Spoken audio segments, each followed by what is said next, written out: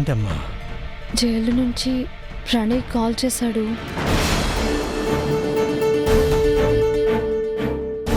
ఏంటంట? జైలుకి వెళ్ళి కూడా ప్రశాంతంగా బ్రతికనివ్వడంటనా? మధు ప్లీజ్. అందరి మనశ్శాంతిని పోగొట్టి ఇంకా ఏం చేయాలనుకుంటున్నాడంట? ఎందుకు ఫోన్ చేశాడు? నువ్వెందుకు మాట్లాడావు అసలు? అమ్మా ఊరుకో, తనేదో చెప్పదలుచుకుంది కదా, అది చెప్పని. ఆయనకి మెంటల్ ప్రెషర్ ఎక్కువగా పెరిగిపోతుందంట. మానసికంగా ఇబ్బంది పడుతున్నాడు. ఈ కేసు నుంచి బయటపడాలి, మంచిగా బతకాలని కోరుకుంటున్నాడు. ఈ నాటకాలన్నీ నువ్వు నమ్ముతున్నావు. ముందు నుంచి చెప్తూనే ఉన్నాను నేను. అదే పాట కంటిన్యూ చేస్తున్నాడా? ఒక మనిషి తప్పు చేసి ఆ తప్పు తెలుసుకుని బాధపడుతూ ఉంటే నువ్విలా దెప్పి పొడిచి మాట్లాడడం భావ్యం కాదే. మీరు నమ్మండి ఇలాంటి వాళ్ళని. చుట్టూ ఉన్న వాళ్ళందరూ ఇలాంటి అబద్ధాల కోర్లు, మోసగాళ్లే. నువ్వు ఊరుకోవే. ఇంతకు ముందు అన్ని విషయాల్లోనూ కాస్త నిదానంగానూ అందర్నీ సర్దుకుపోయే విధంగానూ మాట్లాడేదానివి. ఇప్పుడు ప్రతిదానికి చిరాకు పడుతున్నావు. ఏమైంది నీకు? ఏదో అయిందిలే. నువ్వు చెప్పమ్మా. ఆయనకి జైల్లో ఖర్చులకి డబ్బులు కావాలన్నారు. అలాగే మా అత్తగారికి కూడా డబ్బులకు ఇబ్బందిగా ఉందంట. అందుకని సాయం చేయమంటున్నారు.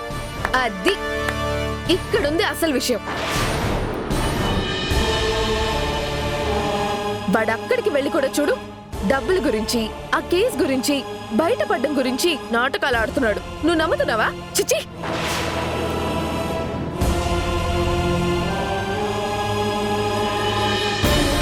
నువ్వెందుకు ఏడుస్తున్నావే? అన్నది వాడినైతే నువ్వు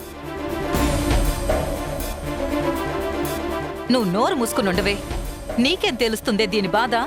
దాని బాధ నాకు తెలుసు కాబట్టే, పడుతున్నాను కాబట్టే నాకు తెలుస్తుంది. ఏదో నీ మొగుడు నిన్ను మోసం చేసినట్టు అంత బాధపడుతున్నావేమిటే? నా మొగుడు ఎంత గొప్పోడో నాకు కదా తెలుసు. ఈ సమయంలో ఆయనకు అండగా నిలబడటం నా బాధ్యత అనుకుంటున్నాను నాన్న. మీరేమంటారు? నీ ఇష్టమమ్మా. నువ్వు నిర్ణయం తీసుకున్నావు. నేను అవునని చెప్పలేను, కాదని చెప్పలేను. నా భయాలు నాకున్నాయి. ఆ పిల్లకి గట్టిగా చెప్పరా వద్దని? ఆ పిల్ల మళ్ళీ బురదలోకి పోయి కూరుకుపోయి ఇంకా తిప్పలు పడుతుంది నానా. ఏయ్, అర్థమవుతుందా నీకు? అన్నీ నువ్వనుకున్నట్టే జరుగుతూ ఉండవు. ఈ పిల్ల జీవితాన్ని సరి చేసుకునే అవకాశం వచ్చినప్పుడు సరి చేసుకునివ్వు. కట్టుకున్న మొగుణ్ణి అలా నిర్దాక్షిణ్యంగా వదిలేసి ఏ ఆడపిల్ల మాత్రం ప్రశాంతంగా ఉంటుందే? ఏమో చేసి తగలడండి.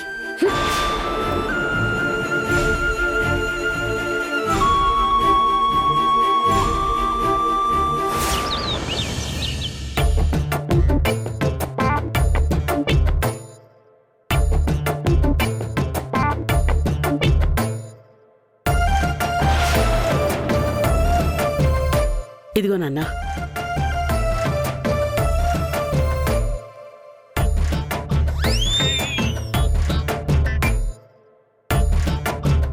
ఏంటమ్మమ్మా, వచ్చిన దగ్గర నుంచి కోపంగా చూస్తున్నావు? నా మీద కోపాన్ని శనగల మీద చూపిస్తున్నట్టున్నావు. నేను ప్రశాంతంగా చూసినా నీకు అలాగే ఉంటుందిలే. మా చూపులు నీకెక్కడ అంతాయి? నీ పెళ్ళాం చూపులు, మీ అత్తగారి చూపులు అంతాయి. ఏంటత్తగారు, వాడు వచ్చి రాగానే దండయాత్ర మొదలుపెట్టినట్టున్నారు? రాగానే దండయాత్ర మొదలు పెట్టడానికి నేను మరీ అంత ఇదేం కాదు. ఆల్రెడీ వచ్చి 5 నిమిషాలయ్యింది. సరిపోయింది. ఒరే నందు, ఏంట్రా నువ్వు ఒక్కడివే వచ్చావు? అమ్మాయి రాలేదు? లేదు నాన్న, మళ్ళీ నేను అక్కడికే వెళ్తాను కదా. అది విన్నావా దేవకి? అయ్యగారు అక్కడికి వెళ్తారంట. మిగతావన్నీ కూడా సర్దయి తీసుకెళ్లి అక్కడే దుకాణం పెడతాడంట. దుకాణం ఏంటమ్మమ్మా? మరి ఇల్లరికం వెళ్ళి అక్కడ బూజులు దులుపుకుంటూ అంట్లు తోముకుంటూ ఇల్లరికం ఉండరా వెళ్ళి? అత్తగారు, అది నోరా లేకపోతే కోనేరా? లోడా లోడా అని వాగుతూనే ఉంటారు. అసలు నోరు నొప్పెట్టదా మీకు? ఆ శనగలేవో తింటున్నారు కదా, అవి తినండి. మా బుర్రలు తినకండి. నేనేం మాట్లాడినా అడ్డకట్ట వేయడానికి మీరు తయారైపోతారు. మీ నోటికి అడ్డుకట్ట వేయగలిగే కెపాసిటీ ఉంటే ఈ 30 ఏళ్లలో నేను ఆనకట్టే కట్టుంటాను. అడ్డుకట్టేంటి? కడతారు ఆనకట్ట కడతారు, నాకు సమాధి కూడా కడతారు మీరు. దానికి టైం ఉందిలే అత్తగారు. ఆ? అబ్బబ్బా మీరూరుకోండి, ఆవిడతో మీకెందుకు పోటీ? మీ అమ్మతో పోటీ పడగలిగే మనిషి ఎవడైనా ఉన్నాడా ఈ ప్రపంచంలో? ఏదో ఆవిడ మీద గెలవకపోతామా అనే తాపత్రయంలో మాట్లాడతామే తప్ప ఎప్పుడైనా మేము గెలవగలమా చెప్పు? ప్రపంచ యుద్ధం కూడా గెలవచ్చేమో గాని మీ అమ్మతో మాట్లాడి గెలవలేం. అవునవును, నేనే గెలిచి నాకు కిరీటాలు పెడుతున్నారు. మీ కొడుకున్నాడు చూడండి, సిగ్గు సరం వదిలిపెట్టేసి అక్కడికి పోయి ఉండడం ఏంటి చండాలంగాను. వాడు వాళ్ళ అత్తగారింట్లో ఉన్నాడు, తప్పే ఉంది దాంట్లో. నేను మా అత్తగారింట్లో ఉందాం అనుకున్నా, కానీ మా అత్తగారిల్లు లేదే. మా అత్తగారే వచ్చి ఇక్కడ కూర్చునుంది.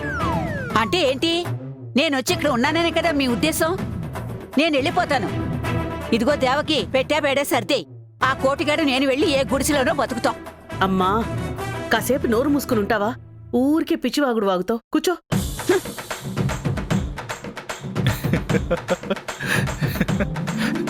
ఏయ్, ఏంట్రా వేళకోళంగా ఉందా? నన్ను చూసి నవ్వుతున్నావు? మరి నీ కామెడీ షో చూస్తుంటే నవ్వు వస్తుంది. బాగా స్ట్రెస్గా ఉన్నప్పుడు నీ దగ్గరకు వచ్చి కూర్చుంటే కాసేపు ఎంజాయ్ చేయొచ్చు. అంతేరా, కాని వాళ్ళు మంచి చెప్పినా కారంగానే ఉంటుంది. అయిన వాళ్ళు కారం పెట్టినా తీయగానే ఉంటుంది. ఆ? ఇక్కడ కాని వాళ్ళెవరు, అయిన వాళ్ళెవరు? నేను కానిదాన్ని, అయిన వాళ్ళు మీ అత్తగారు వాళ్ళు. అత్తగారు, నేను మీకు చేతులు జోడించి కావాలంటే సాష్టాంగ నమస్కారం చేస్తాను. కాసేపు ఆపండి ప్లీజ్, నా వల్ల కావట్లేదు. ఆ, మరి నన్ను బఫూని చేస్తున్నారు. మేం చేయడమే ఉందిలేండి. అనయ్య ఎంతసేపు అయింది వచ్చి? ఇప్పుడే వచ్చానురా. అమ్మ ఏదో నీ నిశ్చితార్థం గురించి మాట్లాడాలంది. అమ్మా, వీడి నిశ్చితార్థం గురించి వీడితో మాట్లాడితే సరిపోతుంది కదా, దానికి నేనెందుకు? ఈ ఇంటికి పెద్ద కొడుకువి. నీ తమ్ముడి నిశ్చితార్థం గురించి నీతో మాట్లాడాలి. అసలు ఆ మాటకొస్తే పెద్ద కొడుకు పెద్ద కోడలు ముందుండాలి. అమ్మాయికి కూడా అన్నీ తెలియాలి కదా.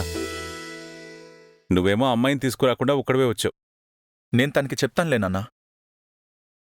అమ్మా, విషయం ఏంటి? ఏం లేదు నాన్నా, మూర్తిగారు పార్వతిగారు ఫోన్ చేశారు. ఈ వారంలో మంచి ముహూర్తం ఉంది, నిశ్చితార్థం చేసేసుకుందాం. పెళ్లి మనకు అనుకూలంగా ఉన్న రోజు చూసి చేసుకుందాం. ఆ తర్వాత రోజులు బాగాలేవు అంటున్నారు. సరే అలాగే కానివ్వండి. ఏరా సుధీర్, నీకోకేగా? ఏంటో అంతా హడావిడిగా నా పెళ్లి ఏర్పాట్లు చేసేస్తున్నట్టుంది. వాడేదో అంటున్నాడమ్మా. వారం అనేటప్పటికీ కంగారు పడుతున్నట్టున్నాడు. నిశ్చితార్థమే కదరా, వారంలో పెళ్లి కాదు కదా. సరే కానివ్వండి, అనుకున్నారు కదా, ఇంకెందుకు ఆగడం? దీనికోసమే పిలిచావా అమ్మా? కాదు నాన్నా, ఇప్పుడు నిశ్చితార్థం అంటే వాళ్ళ బంధువుల్లోనూ స్నేహితుల్లోనూ అందరికీ పిలుపులుంటాయి కదా. ఫలానా చోట ఇచ్చి పెళ్లి చేస్తున్నామని చెప్తారు. మన కుటుంబం అని చెప్పుకోవడానికి వాళ్ళకి గౌరవంగానే ఉంటుంది. దాని గురించి వాళ్ళకి ఎలాంటి ఇబ్బంది ఉండదు. కానీ కాబోయే అల్లుడు రాజారావు గారి కొడుకు అని అనడం కంటే అతను ఏం చేస్తున్నాడు అని అడిగినప్పుడు వాళ్ళు చెప్పుకోవడానికి ఒక డెసిగ్నేషన్ ఉండాలి కదా. దాని గురించి వాళ్ళు ఇబ్బంది ఫీల్ అవుతున్నారు. మన సుధీర్ని ఇప్పుడు నార్మల్ ఎంప్లాయీ లాగా కంపెనీలో ఉంచితే అది వాళ్ళకి గౌరవంగా ఉండదు కదా. అందుకని సుధీర్కి ఒక పొజిషన్ ఇస్తే బాగుంటుందని ఫీల్ అవుతున్నారు. అమ్మా, నేనిప్పుడు రాజారావు గారి కొడుకుననేదే పెద్ద పొజిషన్. ఆ పొజిషన్ గురించి అదేం ఉండదు. నేను గీతతో మాట్లాడతానులే. ఒరే, నువ్విలా మాట్లాడి వాళ్ళని ఇబ్బంది పెట్టుకు. వాళ్ళకి ఒక్కగానొక్క అమ్మాయి. అయినా ఇవాళ కాకపోతే రేపైనా నువ్వు ఒక పొజిషన్కి వెళ్లాల్సిన వాడివే కదా. అదేదో ఇప్పుడే డిసైడ్ చేస్తే బాగుంటుంది. ఏం నందు? యాక్చువల్గా పొజిషన్ ఇవ్వడానికి మన ఇష్టమేనమ్మా. కానీ ప్రతిదానికి ఒక ఎక్స్పీరియన్స్, దానిలో అనుభవం ఉండి ఆ పొజిషన్కి వెళ్ళినప్పుడు అది సులువుగా ఉంటుంది. వీడి ఇంకొంతకాలం పనిచేస్తే బాగుంటుందని నా ఆలోచన. సర్లే, నేనున్నాను కదా, ఎలాగోలాగా హ్యాండిల్ చేస్తాను. సుధీర్ని ఎగ్జిక్యూటివ్ వైస్ ప్రెసిడెంట్గా చేద్దాం. ఏంటి నాన్న? ఈ బిజినెస్ వ్యవహారాలన్నీ పట్టించుకోవడం మానేసి చాలా కాలమైంది కదా. నీకే బాగా తెలుసు, నువ్వు ఏదంటే అది ఓకే. సుధీర్, నువ్వేమంటావురా? మీరేం చెప్తే అది నాకు ఓకే అన్నయ్య, మీ ఇష్టం. ఓకే అమ్మా, వాడికి అది ఓకే అంట కదా, వాడిని ఎగ్జిక్యూటివ్ వైస్ ప్రెసిడెంట్ చేసేద్దాం. ఓకేనన్నా. సరే నాన్న, నేను వెళ్తానమ్మా. ఏంటి అసలొచ్చి కూర్చున్నావరా నువ్వు? నుంచునే మాట్లాడేసి దారిలో బస్టాప్లో కనపడిన వాడితో మాట్లాడేసి వెళ్తున్నట్టు అనిపిస్తుంది. కనీసం తిండి తిప్పలు తినేసైనా వెళ్ళవా? వచ్చేటప్పుడే వాళ్ళు భోజనానికి వచ్చేయమని చెప్పారమ్మమ్మ. ఓహో, చెప్పారు. కానీ వెళ్ళక్కడే నీకు ముష్టాన్నం ఉంటుంది, మీరు భోంచేసేయండి. దేవకి, నా వల్ల కావట్లేదు, చెవుపోటు వస్తుంది, రక్తం కూడా వచ్చేలా ఉంది. రేయ్ నందు, నువ్వు బయలుదేర్రా, లేకపోతే ఈవిడ ఎపిసోడ్ లాగుతూనే ఉంటుంది. ఓకే నాన్న, బాయ్. బాయ్ అమ్మా. బాయ్ సుధీర్.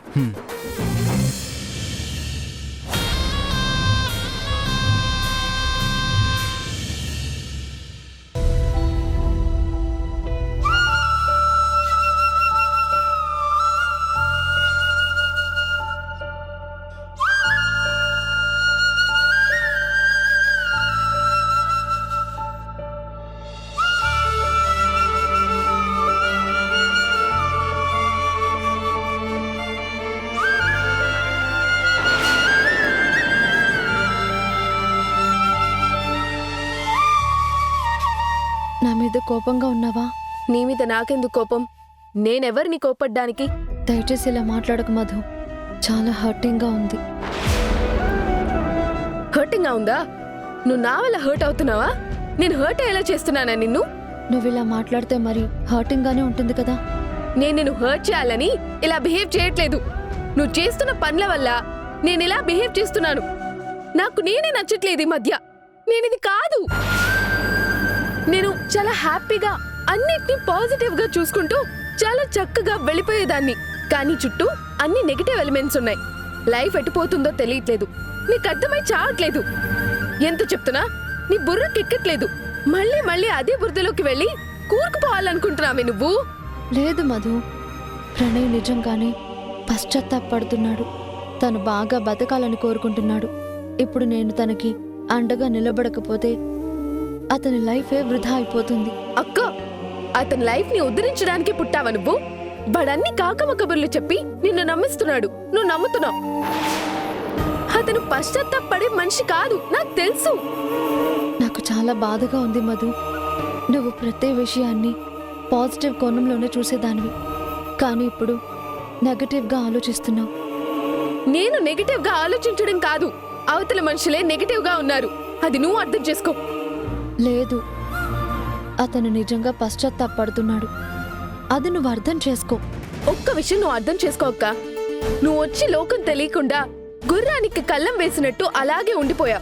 అందువల్లే నీకు వెనక జరిగే వెన్నుపోట్లు, పక్కన ఉండే బల్లం లాంటి మనుషులు ఇవేవి నువ్వు గుర్తించవు.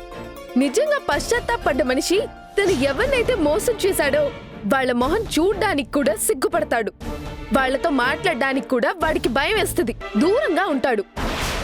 అలా కాకుండా వెంటబడి మరీ నేను తప్పు చేయలేదని ప్రూవ్ చేసుకోవడానికి తాపత్రయపడుతున్నాడు అంటే మనల్ని నమ్మించడానికి, వంచడానికి తప్ప మరొకటి కాదు. అలా ఎందుకు అనుకుంటున్నావు?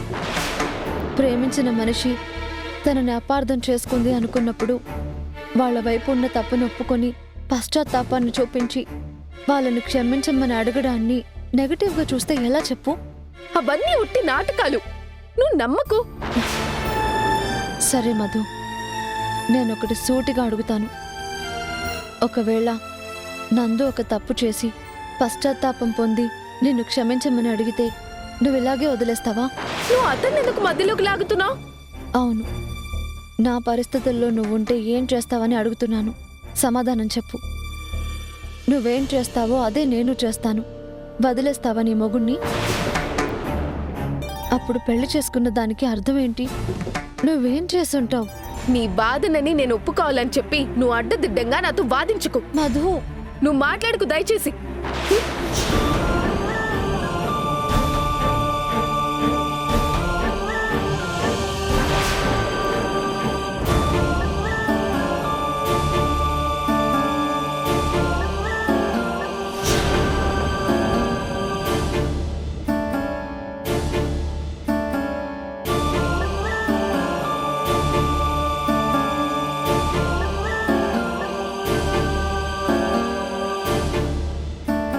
మధు ఎప్పుడు ఇలా ఉండేది కాదు. అన్నిట్లోనూ చాలా పాజిటివ్గాను, ఉన్న సమస్యను అధిగమించి సంతోషంగా ఎలా ఉండాలని ఆలోచిస్తుంది. అలాంటిది తను ఎందుకు ఇంత డిస్టర్బ్ అవుతుంది? ఇందు వల్లే అవుతుందా? ఇందు లైఫ్ డిస్టర్బ్ అవ్వడం వల్ల మధు లైఫ్ కూడా డిస్టర్బ్ అయిపోతుందా?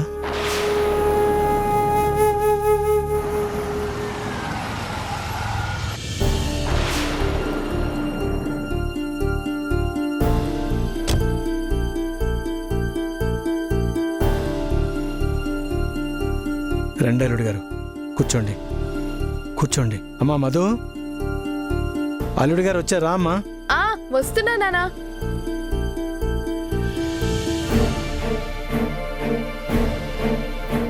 ఈవిడ గారు ఇంకా కోపంలోనే ఉన్నట్టున్నారు. పెద్దవాళ్ల ముందు కూడా ఏంటో ఇది. మధు, కాస్త కాఫీ పెట్టిస్తావా? హెడేక్గా ఉంది.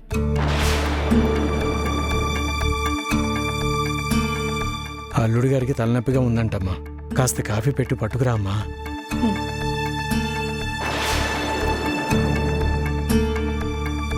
మీతో మాట్లాడాలి, ఒకసారి రండి.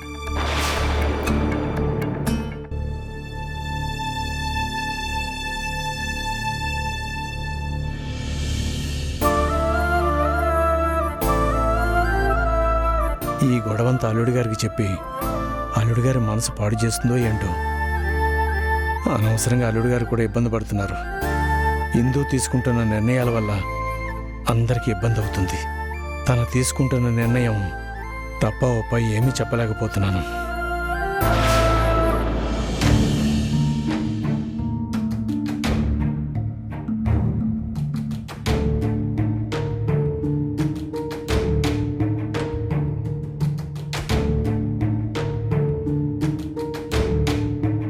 అసలు స్టవ్ వెలిగించడానికి ఆ లైటర్ అవసరం లేదనుకుంటా.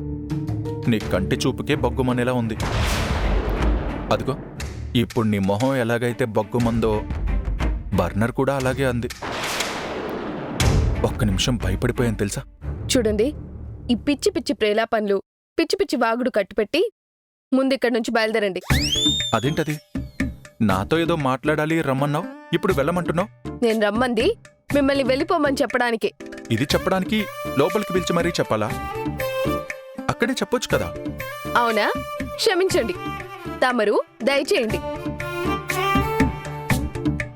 ఓ, కాఫీ పెట్టి తీసుకొస్తావా? సరే, మీ నాన్నగారితోటి కబుర్లు చెప్తుంటాలే. అయినా ఏం చెప్పడానికి రమ్మన్నట్టు, ఇప్పుడు చెప్పకుండా ఎందుకు వెళ్ళిపోమంటున్నట్టు?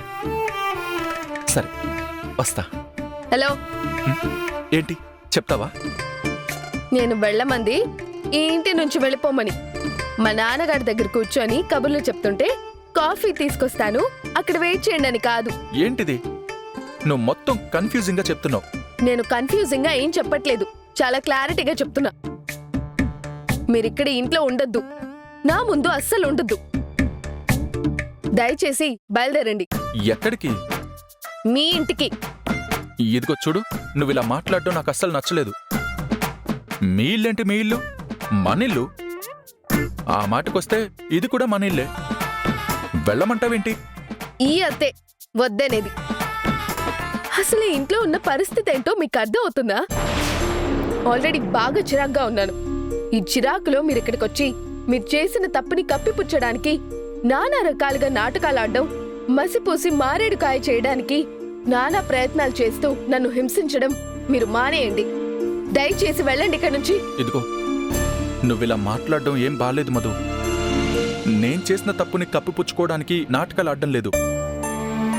నిజంగానే చేసిన తప్పునే ఒప్పుకుంటున్నాను. అది ఇప్పటికే చాలాసార్లు చెప్పాను. మీరు ఒక అబద్ధాన్ని కప్పిపుచ్చడానికి 1,00,000 సార్లు అదే మాటను రిపీట్ చేసి చెప్పినంత మాత్రాన మీరు మంచివాళ్ళైపోరు. మీరు ఆడుతున్న నాటకం నిజమైపోదు.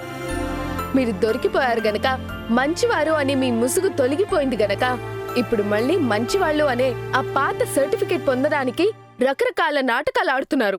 దయచేసి ఇలా మాట్లాడకు మధు. చాలా హర్టింగ్ గా ఉంది. మీరిక్కడుండి ఇంకా హర్ట్ చేస్తున్నారు. అది అర్థం అవుతుందా మీకు? దయచేసి ఇక్కడి నుంచి బయలుదేరండి. ప్లీజ్ మధు, నేను నిజంగానే చేసిన తప్పుకి పశ్చాత్తాపడుతున్నాను. క్షమించమని అడుగుతున్నాను. నీకు విషయం తెలియక ముందు నుంచే నేను చెప్పడానికి ప్రయత్నిస్తున్నాను. ఇది 100% నిజం మధు. నిన్ను నమ్మించడానికి నేనేం చేయాలి? మీరేం చేయొద్దు. నేనేం నమ్మను. దయచేసి చెప్పు మధు. నీ కాళ్ళ వెళ్ళ పడ్డం అయింది, బ్రతిమలాడ్డం అయింది, అన్ని రకాలుగా చెప్పడం అయింది. ఇంకేం చేయాలి? ఇంకా నమ్మకపోతే ఎలాగా? దయచేసి నమ్ము మధు. పోనీ నువ్వు నమ్మడానికి నేను ఏ విధంగా చెప్తే నీకు అర్థం అవుతుందో, ఏ విధంగా నువ్వు నమ్ముతావో చెప్పు. ఆ నిప్పులో చేపెట్టి చెప్పండి. నిజంగా చేయి పెట్టేస్తాను నేను. మీరు నిజాయితీ పర్లైతే పెట్టండి. ఇదిగో పెట్టేస్తున్నా. గుర్తుందా మీకు? ఏం చేస్తున్నారు?